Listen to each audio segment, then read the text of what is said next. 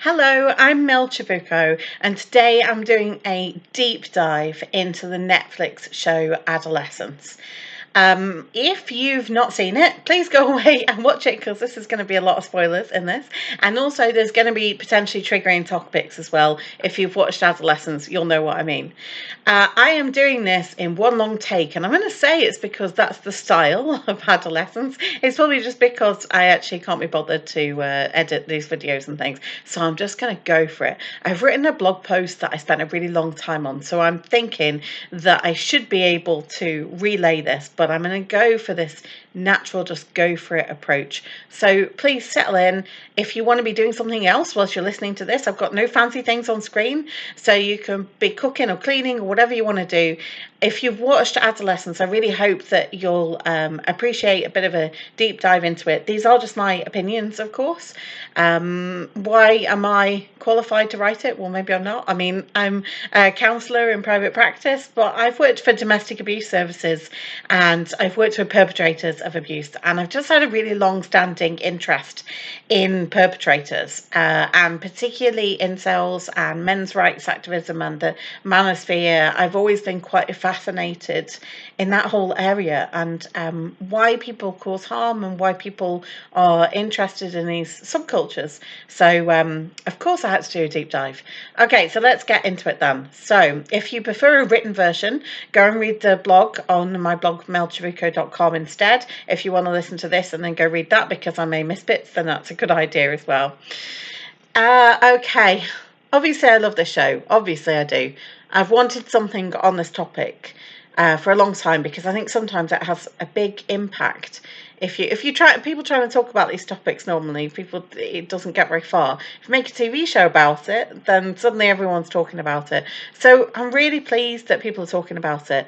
Though I've noticed that people are taking different things away from it. I've probably spent a bit too much time in comment sections, actually. But a lot of people really support it. A lot of people, it's especially parents, raising concerns, which I think is probably a good thing because it'll enhance a bit more learning on this topic.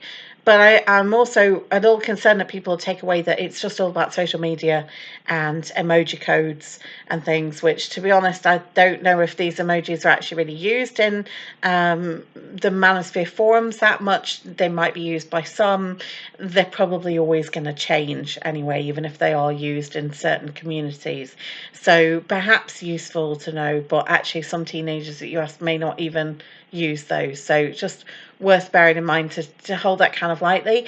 And I think also, the takeaway of banning phones, banning social media, I'm not sure about that either, because it's just going to make a bit of distance between parents and kids, and it's not the only thing going on here. So what is going on? Well, okay, I think there's shame, there's trauma, there's power dynamics, there's gender roles, there's all sorts of these kind of things. So that's what I'm going to get into. Let's start with the manosphere. By the manosphere, that means, if you don't know already, that means that that includes like incels, men's rights activists, lots of different communities. There's one called Men Going Their Own Way. There's a lot of different spaces, and they don't necessarily agree either, which makes it even more confusing. But I think the undercurrent of it all is misogyny, their anger and resentment towards women, and their hatred of feminism, because they see feminism as something that takes their power away from them. And that scares them, because they think that if women or other people who are less powerful have their slice of power, it takes it away from them. But as I say, it's not pie. Equal rights for others doesn't take rights away from men either. But I think there's a lot of fear. There's fear generally in these communities, and there's anger and resentment, which maybe comes from an entitlement. I think some men feel entitled to women and to their bodies, and when they don't get them, this can cause some issues. So we've seen this in the case of recent things in the media. There was an incel, Jake Davison, who was the Plymouth shooter. So he shot his mother and other people involving a young child as well. It was one of those kind of rampage things. I get the impression that the mother was the main intention. The other ones were people who were sort of on the street and necessarily wasn't targeted towards them. It's incredibly tragic, but he'd been looking at incel content and making videos talking about how he felt disillusioned with the world, and how he was particularly angry at women, and also about the way that he looked. Because looks really come into it in these communities, in the manosphere. I mean, there's a whole thing called looks maxing, which is, you might want to look that up. There's a documentary actually about it on Channel 4, in the Untold series, and that's also got a documentary about the secret life of incels as well, which is quite interesting. It really highlights how many insecurities there are. A lot of them are really appearance based as well. So they not only have their standards of appearance for women, like scoring on like 1 to 10, but they box themselves as like alphas, and they're are betas, and they're like, if they're incels, they're probably more likely to be the latter. Alphas maybe like Andrew Tate, for instance. I don't know if he sees himself as actually part of the manosphere. And he's definitely not an incel, quite the opposite of that, to be honest. He boasts about being able to get women. He teaches people how to exploit and traffic women, and let's not remember that he is on a rape charge. So, he's just a powerful man who's allowed to do what he's going to do, and he's protected by powerful people as well. But yeah, appearances, muscularity and masculinity are important in this. If you're an alpha, you look masculine, and so if you're not muscular, or you feel like you don't fit in with that and you can't get to that often leaves a lot of people like incels feeling really helpless and hopeless in the world. And this can come with, sometimes they do hurt other people, and often then do afterwards kill themselves, like in the case of the Plymouth shooter. Another recent case was Kyle Clifford, who murdered his ex-girlfriend and her mother and sister. This was horrific. I won't go into the details, but it's absolutely horrific how he killed them. And this was a resentment killing, I would say. It was his ex-partner. So she tried to end the relationship, and because he couldn't have her and he couldn't see a life without her, he planned, and it was very much planned. It wasn't like in the moment, it was very much planned. During that planning time, he listened to an Andrew Tate podcast, which of course some people come out and said, well, it's not Andrew Tate's fault this happened. Well, it's Andrew Tate's responsibility, as well as other high profile people. I mean, there were other people before Andrew Tate, and there'll be other people after. So it's generally the context of that online world and what it brings into our real life world, and how it makes it broadens and exacerbates misogyny generally in our society. So you don't have to be an incel. Like Jamie in Adolescence says he looked at the incel stuff and he wasn't into it. Now that may be a lie, but he doesn't actually have to be an incel or into Andrew Tate. The kids in it don't mention Andrew Tate. It's sort of, adults are concerned about Andrew Tate. He's just one person. I've always said Andrew Tate won't be the person who necessarily kills somebody, but his followers will be. And they don't necessarily have to say that they're fans of him to do it. It's more the contextual the issue of what this brings to the world. So it's not someone listens to an Andrew Tate podcast and then kills someone, but it was in the process of that person, and that gives us an insight into maybe his views about women, perhaps his entitlement, perhaps misogyny, and the other hint is that she'd ended the relationship as well. So I'm just going to jump quickly and explain the 8-stage homicide timeline, because that links to that. So the 8-stage homicide timeline is by somebody called Jane Monckton Smith. She wrote a book called In Control, which is absolutely brilliant for if you want to learn about domestic abuse and about coercive control. It's about how things end in murder, but it's not so much about the murder, it's actually more about the coercive control that underpins that. So there's usually, when there's been a homicide, started when it's been a man killing usually a woman, very binary. I know this happens to other people as well, but we're talking this just in these terms for today. When a man kills a woman, it's often because she's trying to leave the relationship, and so it's really falling out of his control. And so they've actually got on the Homicide Timeline website that Kyle Clifford was. It fits into the homicide timeline. So where there's been a relationship that's formed quite quickly, and there's been coercive control in the relationship, and then she's tried to leave. She's actually left in this occasion, and he has completely lost power and control then. And when he killed her, that's him taking back his control. So it's basically killing the woman is the ultimate power and control that you can take over someone's life. So in the case of Adolescence for Jamie, it seems that perhaps he's been rejected and shamed by Katie, and that him killing her doesn't feel like he's necessarily doing anything wrong. It feels perhaps just. It feels that he's so hurt by her, and he's had his power and control taken away from her, that taking that back is taking his power. So there's a lot of power play in this. And we see these power dynamics playing out with the psychologist as well. So this can sort of mirror his power play with women. And I think this is probably what the psychologist plans to do. Now, I'm not a psychologist. We're trained very differently, psychologists and counsellors. So perhaps this isn't right. But the psychologist had a job to do. Obviously, episode 3 is like, that was fascinating to watch. I could dissect it all so much. But looking at the power play of it. So she takes my hot chocolate, and it's even got marshmallows in it as well. And my first thought was, oh my God, boundaries. But I can see why she was doing this, because she was trying to build rapport with him. She was trying to get on side.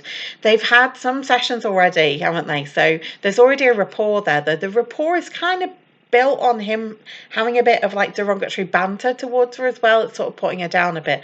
But I think that's her intention. Because going in as a professional has got to assess him. She already holds the power, right? And he's skeptical of her, and he's like questioning if he can trust her and if it's a test. And actually, he's right too, because it's like the whole thing actually is kind of a test, because that's what she's there for. So she's trying to break these down. At one point, she brings the chair closer to him as well.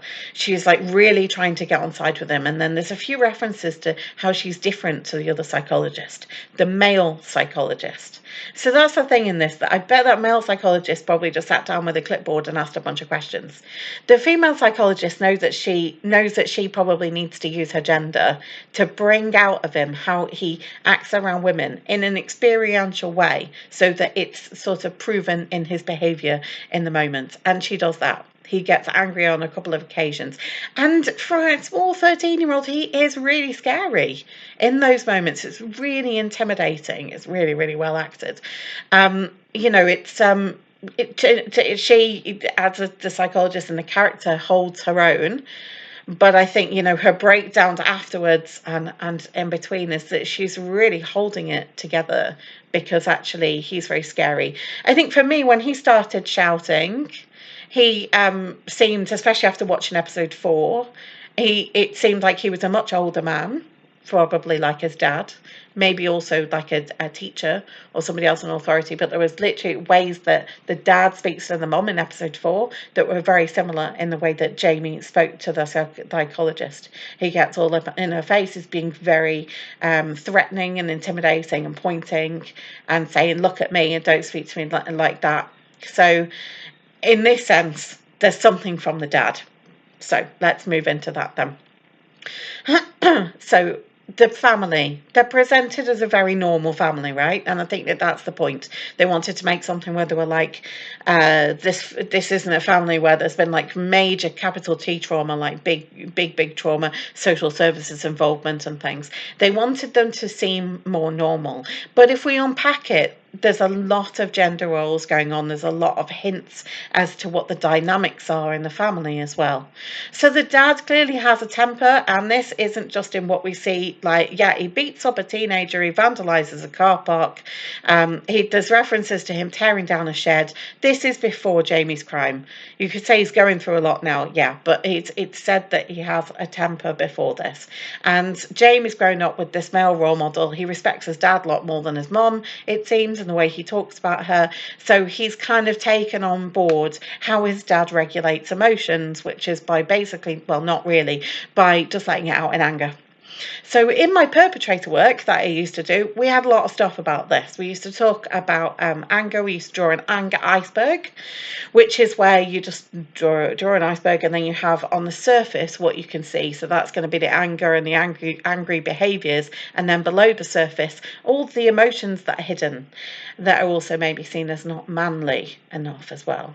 And we did this also with a man box, where we might talk about what emotions are in the man box and what emotions are outside of it and what's allowed in the man box. So that can be things like don't show vulnerability, don't cry, that anger is the only acceptable emotion. And a lot of the people I worked with on the programs didn't want it to be this way, but that was just the societal expectation of them was on this. So gender roles have a huge amount to play here. It's not just bad guys on the internet or social media. If there was something of someone saw Andrew Tate, then they'd probably just dismiss it because he's really extreme and ridiculous. A lot of young people probably do that, to be fair. They probably don't rate him at all. They can see, they're not stupid, they can see how ridiculous he is. But when you go home to these stringent gender norms, mum has a role in the house in Adolescence. Dad has a temper. We're saying that he's never hit anyone. Jamie says he's never hit anyone. He defends his dad like anything, probably because he needs to get his self-worth from him. He's just really striving for that approval and validation from his dad, and then continually likely feeling like he's failing over and over, like with the football and things. He's not good, not being good at football, and his dad not being able to look at him. So these gender roles in the house are reinforcing this. So they've got what's going on online reinforced with what's at home, having not learned or being modelled another way of dealing with emotions. He's learnt from his dad certain masculinity traits, and that might not be hitting anyone, but as I always said when I worked on the perpetrator program, that there are different forms of abuse that are very, very harmful, that is not just hitting someone. And mostly that is emotional abuse and coercive control. And the more that I've learned about that, and is absolutely the damage done by that in demonstrating to kids as well how to be. It was often a way to be able to minimize. I think Jamie does this a bit as well. He minimizes his dad's angry behavior by saying, but he never hit anyone. I heard that so many times, but I've never hit anyone, as if that's the only way to be abusive. Shouting, throwing things, pulling down a shed, which they say does all of these things, like just the intimidating way that you point a finger in someone's face, or this is intimidation. It's scary for people. People have often said to me, I only punched a wall, I would never punch her. Well, when you punch a wall, then she's going to think, I'm going to be next. And all of this is used to control and intimidate. It's all part of abusive behaviours. It's all part of using abuse and control. And this can happen so often when there are gender roles and expectations that haven't been unpacked. So I guess in episode 4, when the parents are thinking, could we have done more? Like, is it us as well? Perhaps they're starting to reflect on that a little bit and their role in it. They're not to blame. No one thing is to blame. Lots of things are at play here, but that's why it's really, really important that we look at all these different factors as well. So lastly, I want to come to shame and trauma, because I think it's a form of trauma. So I said capital T trauma earlier. So when we have smaller trauma, and that's not the right, complex trauma, it's not smaller at all, it's complex trauma, it's relational trauma. And that's what's happened here. If there was things in Jamie's childhood where he's grown up and he's not felt worthy, which it seems like that's the case, there's also a hint that maybe he thinks his sister is clever and is perhaps like the favourite child as well. She's also had different gender expectations on her, though. That's the other thing as well. That's obviously had an impact. She maybe role models her mom a little bit more, whether it's his dad. There's generational trauma in this as well. So the dad says that his dad used to beat him, and that's another reason why he won't be physical. But it's actually been channeled into different forms of anger.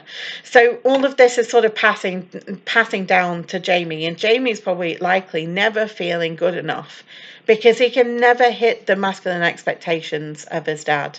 And I would think that perhaps there's been some troubles in feeling like he belongs. This is often a thing for people in the incel community as well. Difficulty fitting in, feeling like they belong. People sometimes in those communities are autistic as well and really struggle with socializing, and often just feel like there's something fundamentally broken with them. People who struggle with social anxiety or lots of forms of anxiety because we live in the world that we live in, right? So if, Jamie's potentially feeling broken and unloved, and doesn't know how to gain that love because he can't fit the ideals.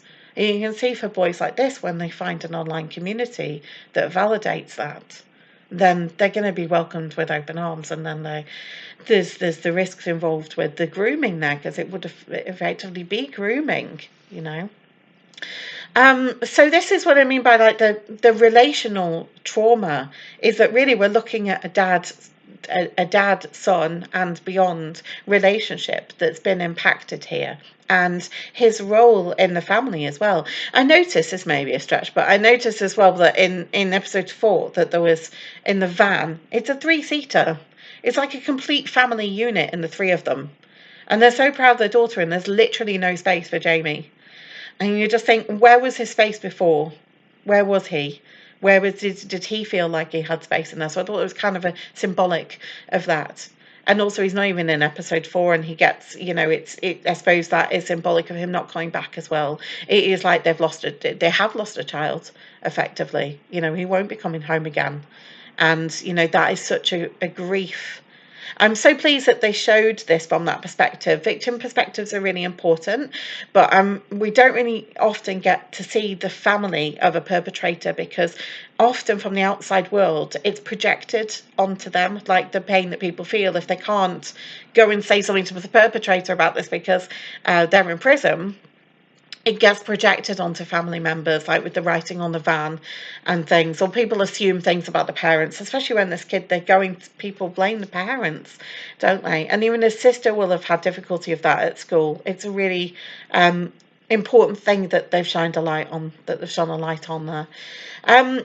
Okay, so I think I'm going to wrap this up. I think there's probably more in the blog maybe that I haven't, but I wanted to cover a little bit about power dynamics, masculinity, manosphere, shame, trauma, insecurities based on looks and masculinity. I should probably maybe have covered it all then, actually.